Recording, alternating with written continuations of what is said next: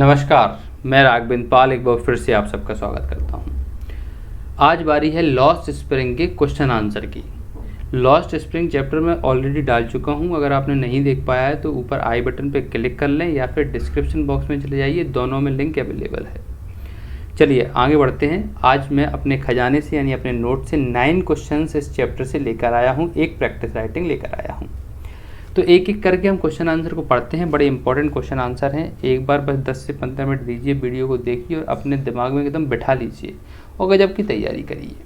चलिए शुरुआत करते हैं। Question number first. अगर आपको ये नोट्स चाहिए मेरे तो नीचे डिस्क्रिप्शन में जाइए, सब कुछ अवेलेबल है। फ्री चाहिए फ्री, पेड चाहिए पेड, सब कुछ अवेलेबल है। पेड में पूरी PDF मिलेगी, फ्री में आपको पढ़ने को मिलेगा।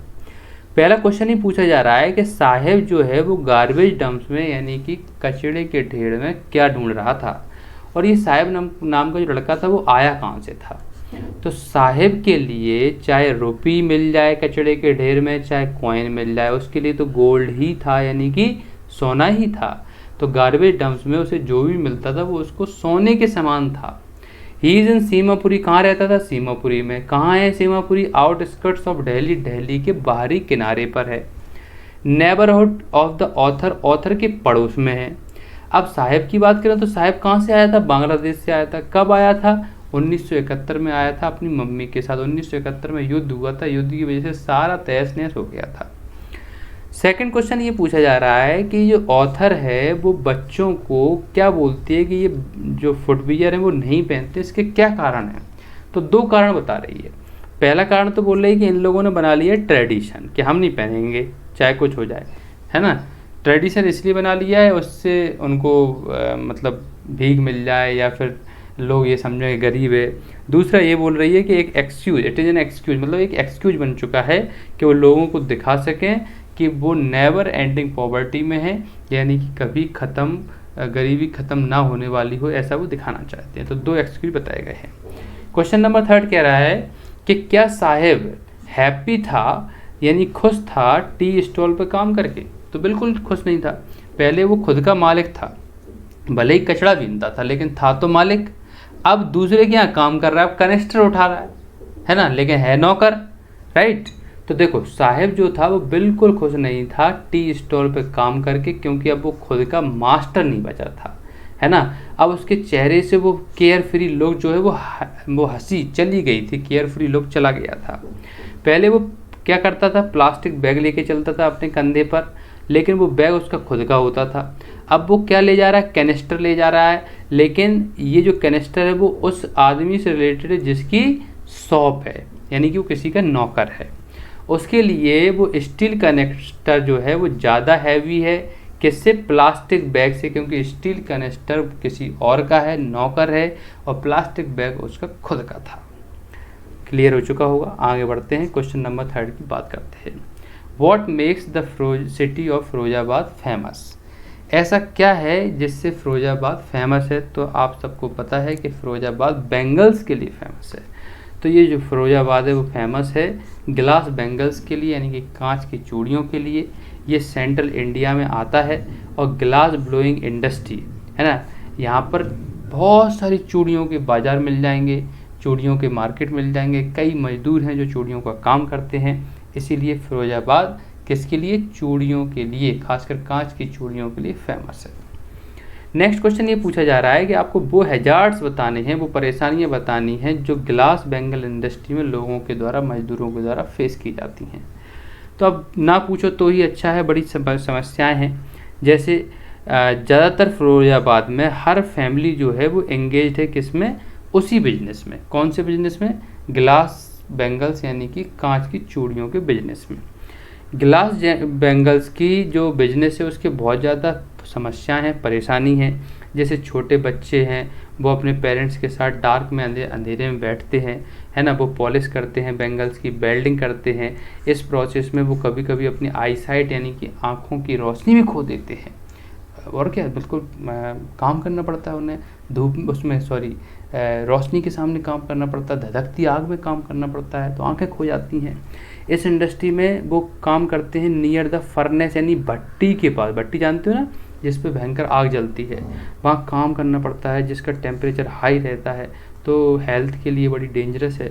तो ये सब हैजार्ड्स हैं जो ग्लास बेंगल इंडस्ट्री में देखने को मिलते हैं। क्वेश्चन नंबर 6 पूछा जा रहा है कि मुकेश का attitude to his situation different from that of his family. Mukesh का एटीट्यूड अपनी फैमिली से डिफरेंट क्यों था? तो मुकेश जो था वो बेंगल मेकिंग में इंगेज था, पूरी फैमिली इंगेज है, तो खुद भी इंगेज था। His grandmother believes to continue their traditional work, और उनकी जो ग्रैंड मदर थी, दादी थी, वो चाहती थी कि मुकेश यही काम करे, है ना। क्यों? क्योंकि इन लोगों ने कभी दूसरा काम तो देखा नहीं था बेंगल मेकिंग के अलावा। तो मुकेश के पिताजी ने उसको पढ़ाया, उसको बोला कि ऐसा करो, आप जो बेंगल्स है वो बनाना सीख लो। और उनका मानना था कि कहीं ना कहीं यही काम उनको भी करना पड़ेगा, मुकेश को भी करना पड़ेगा, सबको यही काम करना है। लेकिन मुकेश के अलग व्यूज थे। मुकेश चाहता था मोटर मैकेनिक बन जाऊं। अब मोटर मैकेनिक तो खुद का मालिक होता है, वो अपना काम करता है और पैसे लेता है। तो वो सोचता था कि मैं चेंज कर दूं इस ट्रेडिशन को और अपना खुद का भाग बनाऊं।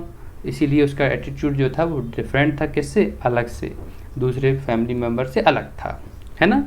क्वेश्चन नंबर पूछा जा रहा है 7, what could be the some of the reasons for the migration of the people from villages to cities. कौन कौन से कारण हो सकते हैं जिससे लोग विलेजेस से हटके सिटी की तरफ जाते हैं? तो पीपल जो है वो माइग्रेट कर रहे हैं विलेजेस से सिटीज़ की ओर। क्यों? क्योंकि उनको लिवलीहुड चाहिए, मतलब रोजी रोटी चाहिए। उनके जो फील्ड्स हैं विलेजेस में वो उतने फ्रूटफुल नहीं है, उतनी खेती नहीं हो पाती है जिससे वो अपना भरण पोषण कर सकें। तो वो सिटीज़ में आते हैं एम्प्लॉयमेंट के लिए, जॉब के लिए, और दूसरे जिससे कि उनको फूड मिल सके, खाना मिल सके, पैसा मिल सके। और there primary concern is survival, और जो मेन काम है उनका वो है कि कैसे भी करके ज़िंदगी जिएं। लास्ट 2 क्वेश्चन क्या कह रहे हैं? What forces conspire to keep the workers in the bangle industry of Firozabad in poverty. ऐसा क्या होता है कि जो बेंगल इंडस्ट्री में काम करने वाले वर्कर्स हैं वो बेचारे काम करते ही रहते हैं और पॉवर्टी में बने ही रहते हैं। तो उनके ऊपर कर्ज आ जाता है, लोग बाग उन्हें फंसा लेते हैं, कर्ज दे के परसेंटेज लेते हैं, परसेंटेज वाला कर्ज चलता है, वो फंसते चले जाते हैं। और तो छोड़ो, middle man, police man, law keepers यानी कि जो कानून बनाने वाले हैं, ये सब उनका शोषण करते हैं। तो देखिए, there is a certain circle that keeps the bangle makers in poverty generation after generation, they are always in debt. एक सर्कल है पूरा का पूरा, और वो पूरा सर्कल जो है वो इन सभी बेंगल मेकर्स को, सभी मजदूरों को गरीबी में ही रखता है। क्यों? क्योंकि वो पहले से कर्ज में होते हैं। And upper class rule over them, और जो अपर क्लास होती है, जो अमीर लोग हैं, उनके ऊपर रूल करते हैं, है ना, उनका गलत इस्तेमाल करते हैं।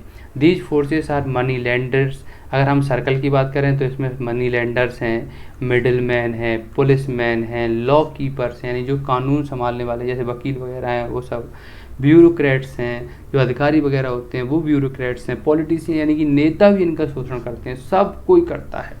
They all impose a heavy burden of loan on the workers. ये सभी लोग उनको कर्ज देते हैं, लोन देते हैं, और उन पर बहुत ज़्यादा बर्डन रहता है, इसलिए बेचारे पॉवर्टी में ही ज़िंदगी काट देते हैं। लास्ट क्वेश्चन पूछा जा रहा है, how in your opinion can Mukesh realise his dream. कैसे मुकेश अपने ड्रीम को रियलाइज कर सकता है? तो देखिए, मुकेश के पास एक स्ट्रॉन्ग विल है, वो मोटर मैकेनिक बनना चाहता है, लेकिन वो बेचारा गरीब का लड़का है, वो गरीब बेंगल मेकिंग करता है फिरोजाबाद में। तो ज़्यादातर लोग क्या करते हैं, अपने बच्चों को भी वही सिखाते हैं और अपने कर्म को यानी अपने काम को ही भाग मान लेते हैं। वो कोई नया इनिशिएटिव नहीं लेते हैं। लेकिन मुकेश थोड़ा डिफरेंट है, उसके पास सपने देखने की कला है, सपने देखने की क्षमता है ना, उसके पास साहस है कि मैं अपना ऑक्यूपेशन यानी कि अपना व्यवसाय बदल सकूं। He wants to be his own master, वो खुद का मास्टर बनना चाहता है, वो मानता है, उसको बिलीव है।